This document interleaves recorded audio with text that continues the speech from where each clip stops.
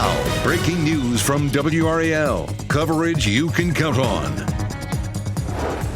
Breaking news, a shooting investigation underway right now in southeast Raleigh. What we know about the condition of the man who was shot. And it's a fairly comfortable morning, but we're watching dangerous heat for the weekend. I'll show you when it starts to climb.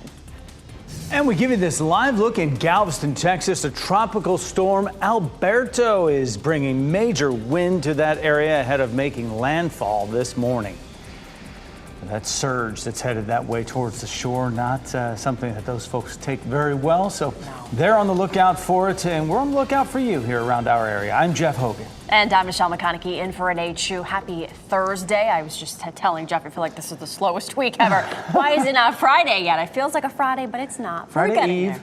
It's Friday Eve, exactly. All right, meteorologist in the WRAL Severe Weather Center, Elizabeth, it feels kind of nice out there right now. It does. You know, it's been a very pleasant week in terms of morning temperatures. Temperatures have been in the 60s for most of us for the last several mornings, and our humidity has been fairly low. That's going to change when we start to see the heat rolling in. It won't be just the afternoons, but the mornings will start to feel hotter and stickier as well. This is a live look at Chapel Hill, 72 degrees in the triangle. Our dew point sitting at 64. What will happen over the weekend is that dew point is going to move into the low 70s, and it's just going to feel a lot stickier and more uncomfortable. A lot of 60s on the map, though, this morning. 66 Southern Pines, 63 in Roxborough, 64 in Goldsboro and South Hill, 68 in Rocky Mount. So a nice feeling morning, a little warmer in the triangle. We'll climb into the mid 80s with highs in the low 90s, very similar to what we saw yesterday with mostly sunny to partly cloudy skies, and it does stay dry. We take a look at Tropical Storm Alberto. The storm is likely to make landfall probably just in a few hours along the coast of Mexico, but also bringing some rain and some gusty conditions up around Texas as well. Right now it's 290 miles southeast of Brownsville. We will have the 5 o'clock advisory for you coming up in about 30 minutes. Winds at 50 miles per hour currently, and you can see it will likely make landfall before 8 a.m., so a few hours to go before it makes landfall. Now you can see it's pretty far south of Texas, but we will talk about what both Mexico and Texas will be dealing with in terms of flooding issues coming up. We still are on track for a very hot weekend. I'll show you when the heat indices climb above 100 coming up. We're following breaking news this morning. Police are investigating a shooting in southeast Raleigh. It happened in a neighborhood near Sanderford Road. And Nick Perlin joins us from the WRAL Breaking News Tracker at the Raleigh Police Department right now. And Nick, we know a man was hurt out of this shooting, right? Jeff, that's right. And we learned about a half an hour ago from Raleigh police that man has significant injuries after this shooting. I do want to show you this video from the WRAL Breaking News Tracker. And you can see 6 or 7 Raleigh police units on this stretch of Idlewood Village Drive. They did have that area taped off, but they were searching at this bus station that you can see there's investigators there. And I saw them shining flashlights there at around 2:30 this morning. Presumably this is where the shooting happened. We're still trying to figure out all the details right now. Like I said, we do know one person was taken to the hospital with very serious injuries. We're still trying to find out how that person's doing, as well as if Raleigh police know exactly who fired that gun and who's responsible for this shooting early this morning. Of course, we'll stay on top of this one and keep asking questions all morning. Reporting live in Raleigh, Nick Perlin, WRAL News. The heat wave we're experiencing is putting a strain on AC companies, but they tell us they're prepared if you need someone to help cool your home. WRAL's Heidi Kirk joins us live from Michael & Sons in Raleigh. And Heidi, tell us how companies are bracing for the hot summer ahead. Well, Michelle, good morning. You'll notice it's quiet out here at Michael & Sons Services this morning, but in just a couple of hours, we're going to see a lot of HVAC technicians rolling in here. In fact, they've increased their workforce during this period of high heat, and their call volume has gone up by about 40%. In fact, just yesterday, we joined an HVAC technician on one of their calls during this heat wave. They say that older systems especially begin to struggle in hotter temperatures, leading to many problems. And technicians have been making dozens of stops per day in preparation for this heat. And now that it's here, it's only getting busier. They recommend getting your equipment serviced once per year ahead of summer so that during these periods of high heat, your systems are ready to handle it. Don't expect your thermostat to do what it can't do, especially when it's 100 degrees outside. Keep your filters changed, have routine maintenance done, and that should pretty much set you to pretty much last a very long time with your equipment. And Michelle, I really like this analogy. It's like getting your car serviced when it comes to your AC unit. You'll want to make sure to take preventative measures so that when the heat gets here, you're not in a pickle without air conditioning. Heidi Kirk, WRAL News, live in Raleigh. Tropical storm Alberto is causing some major flooding in Texas, as you can see by this man paddleboarding down a street. The first named storm of the season is bringing heavy rain, storm surges, and coastal flooding to areas like Galveston. The storm is packing winds up to 40 miles per hour. Alberto will make landfall over eastern Mexico this morning. Galveston Island could get up to 10 inches of rain before Alberto moves out. The North Carolina Department of Transportation is making sure it's prepared to respond to emergencies now that hurricane season is underway. Division 2, which covers 7 eastern counties on our coast, is getting their equipment ready. Crews are pulling out chainsaws, barricades, high water signs, trailers, and trucks. Workers are also prepared to be on standby in the event that something might happen. When the wind is above our threshold or whatever, where our guys would be unsafe, other than that, we're going to be out in it. Check out the scene, see what roads need to be closed, see our best detour route. The NCDOT says they also have safety meetings every morning. Once a storm is headed our way, employees watch the weather very closely to know when to start working on the roads to help keep you safe. Today, a final state house vote will happen to approve nearly $32 billion state budget. It includes additional raises for teachers and state employees and a $500 million expansion of the state's private school voucher program. It also includes money to help stabilize child care providers, though not as much as is required. After the House vote, the spending plan then moves to the Senate, where Senate leaders are planning to roll out their own budget proposal this morning. A leader from St. Augustine's University says he's rejected an effort to merge the financially challenged school. Some community leaders recently urged St. Augustine's to save itself by combining with Shaw University. Shaw's another historically black school. The idea came up at a dinner that included local developer Smitty's York and Capitol Broadcasting CEO Jim Goodman. In a letter rejecting the merger, the St. Aug board chair said he will soon announce a short-term financial solution to stabilize St. Aug while they work on a long-term plan. WRAL News has been told that may include selling some of the school's property to raise money. A few Triangle area swimmers will participate in tonight's Team USA finals, fighting for their trip to Paris. Daniel Deal and Hunter Tapp, NC State swimmers who train with Wolfpack Elite, competed in the men's 200-meter backstroke semifinals last night. Both advanced to the finals today. Duke's Kaylin Gridley swam in the women's 200-meter breaststroke semifinals, and she finished 5th and also advanced to the final today. And it was a huge night for Ashley Twitchell, who trained in Cary. Here she is, kissing her son Lachlan before that big race. And the competition, it was stiff, including a name you may have heard of before, Katie Ledecky. Twitchell finished 3rd in the women's 1,500-meter freestyle. Unfortunately, not enough to qualify for Paris. Twitchell said she is still happy with her performance. My goal was just to have fun and stay relaxed, and I felt like I really did that, and it ended up being my highest finish at an Olympic trials. So even though it's never fun to get 3rd Olympic trials, I'm really proud of it and happy with the swim. Yeah, she should be. The Olympic swimming trials continue through Sunday, and of course you can catch all of the excitement here on WRAL. During a historic visit between Kim Jong-un and Vladimir Putin, the two unveiled a strategic defense treaty promising mutual assistance in case either country faces aggression. The details of it are unknown, but both call it a breakthrough. The deepening alliance is raising alarms for the U.S. and its allies who have worked to isolate Russia over its invasion of Ukraine. U.S. officials say North Korea already sent millions of rounds of ammunition to help Russia's war effort. Now officials are worried about what North Korea may gain from Russia in return. Happening this morning, the unveiling of a new solar energy system at RTP. RTI just finished installing its new solar canopy project. The ribbon cutting is happening this morning, starting at 8:30 on the Holden building block parking deck. RTI says the nearly 500 solar panels will power all of the electric vehicle charging stations on the deck. It'll also reduce Holden building's electricity consumption by 25%. Some scary moments caught on camera as a pickup truck slams into the back of a Tesla. What the driver of the Tesla says happened right before this road rage incident. And some state parks are closed currently because of staffing issues. How many roles need to be filled?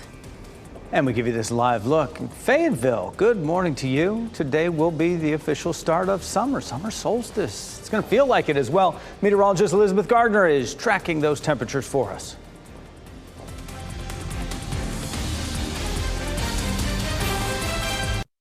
From the WRAL Severe Weather Center, North Carolina's most experienced team of meteorologists. Taking a look outside this morning where it is 4:43, 68 degrees in Wilson, 72 in Durham, and 69 in Fayetteville. So once again, it's a fairly comfortable morning. Once we get into the weekend, our temperatures in the morning will be in the 70s and it will be stickier. So you're going to notice the difference. We'll certainly feel it in the afternoon as our temperatures climb up to almost 100. But pretty nice out this morning. Again, much like yesterday, looking at 64 in Tarboro and South Hill, 69 in Fayetteville, 68 Rocky Mount. It is 70 in Goldsboro and 66 in Southern Pines. Our humidity is moderate. I wouldn't call it low, but it's certainly not as high as it will be as we get into the weekend. So walking the dog this morning still feels fairly comfortable. We'll see mid 80s at lunchtime with a high of 91 this afternoon. We stay dry into the weekend, but early next week, our next chance of rain. 2 people were stabbed while leaving a high school graduation ceremony in Long Island, New York. The victims were leaving a sporting complex from Hofstra University when 5 masked men attacked them. One person was cut on the leg. A student had their ears slashed when they tried to intervene. Both people were taken to a hospital. The attack is believed to be linked to a domestic dispute. Police are investigating a possible road rage incident after a Tesla's rear view camera caught this encounter. It happened last Saturday in Utah, about 30 minutes from Salt Lake City. The driver says he and his wife were on their way to a wedding when a truck sped up aggressively behind them and then just plowed right into the back of that Tesla that they were driving. It pushed the car about 100 feet. The driver of the truck then left the scene. That person has not been identified. Fayetteville police are searching for 2 people they want to question about the death of a veteran Fort Liberty soldier. Investigators want to talk with 19-year-old Giovanna Flannery and 24-year-old Kimonte Johnson. They're not suspects. They are wanted for questioning. This all has to do with the death of 21-year-old Lamarvian McKinnon. He was found dead 2 weeks ago at the USA Car Wash on Deaver Circle and Hope Mills. Anyone with information is asked to contact Cumberland County Crime Stoppers. NATO's 75th anniversary summit in Washington is next month. The big topic of conversation will be Ukraine's membership. Several sources confirm the allies are actively debating how strongly to commit to the membership. U.S. and German officials have proposed NATO pledges that Ukraine has a bridge to membership. That's opposed to the irreversible path promise favored by the UK and other countries. Now, some NATO members are reluctant to use the word irreversible because Ukraine has not yet implemented all the necessary democratic reforms for membership. Lawmakers are cracking down on tech companies to address the problem of deep fake pornography. The issue has been an increasing concern with the rise of artificial intelligence where anyone can become a victim. The Take It Down Act would require social media companies to remove fake porn within 48 hours of receiving a request from a victim. It would also make it a crime to post these images. The bill has bipartisan support. Alec Murdaugh's son is suing Netflix and Warner Brothers for what he calls mental anguish and harm to his reputation. Buster Murdaugh claims several documentaries falsely suggest he might be responsible for the death of a former classmate. In 2015, 19-year-old Stephen Smith was found dead along a road in rural South Carolina. No one has been arrested in that case. Netflix included Smith's murder as part of the Alec Murdaugh story that aired, and Murdaugh was found guilty of killing his wife and younger son. Some state parks in our area are closed for the summer because they're having trouble filling positions.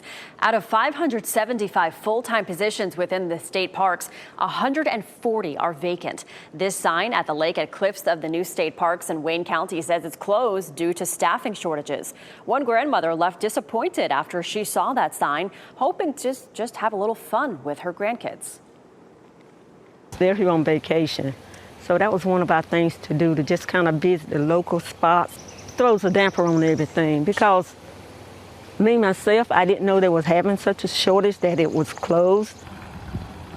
Officials tell us it's one of 2 partial closures in the state due to staffing. The sign says the lake is closed for the rest of the season. Park staff hopes they'll have enough staff to open this summer or next year. and some sort of lake, any body of water would be good today. It's going to be another hot day, Elizabeth. Yeah, we're looking at temperatures close to 90 for today, which is not too far from normal. So normal summer conditions. And, you know, today is the first day of summer. It's this weekend that we're going to see that heat wave beginning that puts us into the danger zone. We take a look at Chapel Hill. And, of course, once the sun comes up, we'll see that we're looking at partly cloudy skies. Michelle was telling me about the beautiful moon she saw coming in. I didn't see it. It must have been behind a tree or something. But you might catch that out there this morning. The moon is full tomorrow.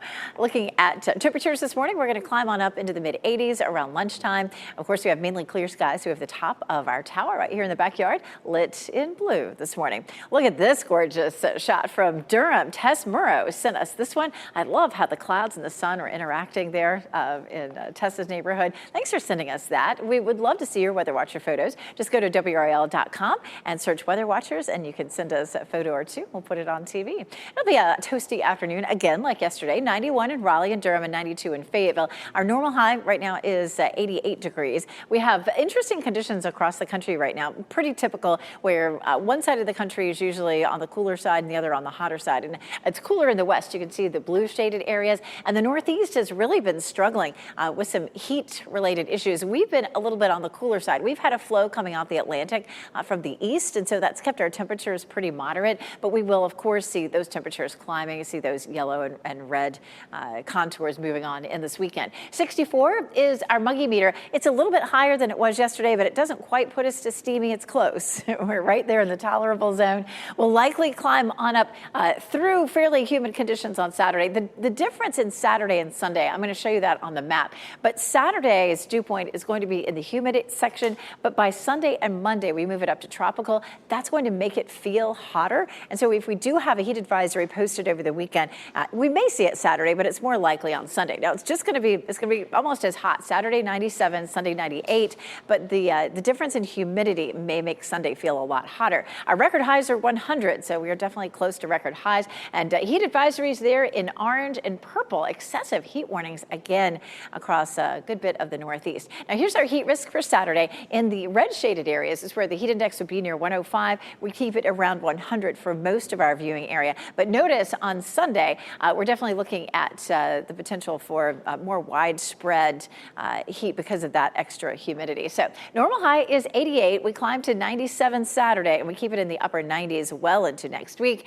Heat index Saturday at 103, but maybe closer to 109 on Sunday and Monday. A heat advisory would be 104 to 109. So we do have a good chance that the Weather Service will put us under a heat advisory at some point over the weekend, and we continue with above normal temperatures almost through the end of the month. Again, first day of summer today. And of course, we also have our first named storm of the Atlantic season. We'll take another look at Alberto coming up.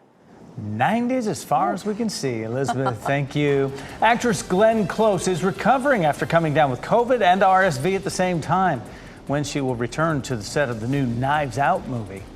And plans to honor Willie Mays today in the town where he started his career.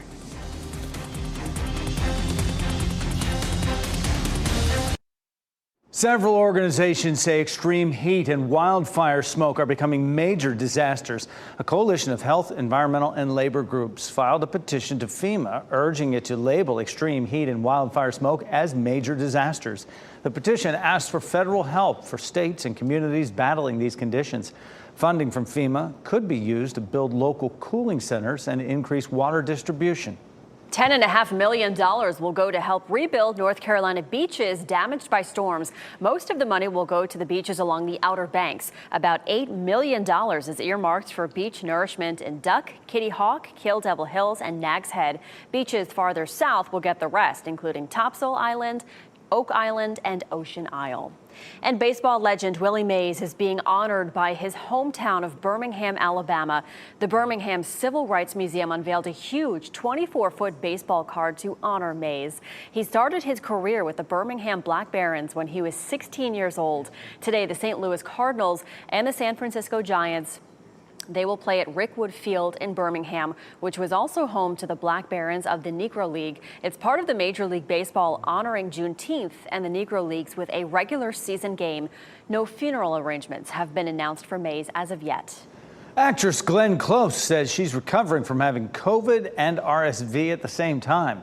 In a social media post, Close says she's in London to start filming the next Knives Out movie, Wake Up Dead Man. But only 2 days into the project, she had to take a break after getting hit hard with both illnesses. Close says she is now feeling better and hopes to be back on set today. The movie is expected to hit the big screen next year. We're following some breaking news right now in Raleigh, where police are investigating a shooting that left a man seriously injured. And 2 people have died as a result of 2 wildfires burning in New Mexico. We've new video of the containment efforts that are underway. Plus, we'll take a look at the first trailer released for the documentary about gymnast Simone Biles.